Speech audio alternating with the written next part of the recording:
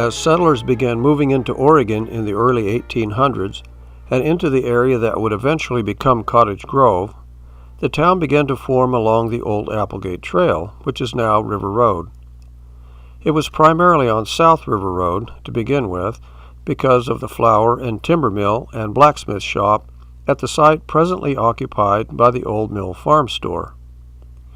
This was powered by a water wheel, and the machinery was similar to this equipment that's still operating at the Thompson Mill about 10 miles north of Brownsville. As this little hamlet began to grow, it somehow acquired the nickname of Slabtown. However, the name was never really adopted as the official name of the town.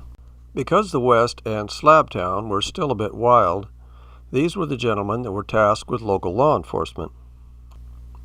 When the Southern Pacific Railroad finally arrived in 1872, they placed their station about a half-mile from the town on the east side of the Coast Fork River. The residents of Slabtown didn't want to move their post office to the new railroad station, so another post office was created at the station, and it was called Lematai.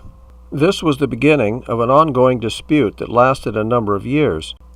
In 1899, at the behest of the Cottage Grove residents, a bill was submitted and passed in the Oregon legislature that consolidated the two towns under the name of Cottage Grove.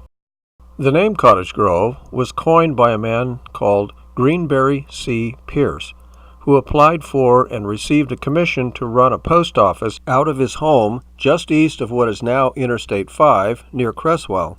He called his facility Cottage in the Grove Post Office, as his house was located in a grove of trees. These trees are on the land Mr. Pierce owned, and considering their age, very likely the grove of trees in which his cottage was located.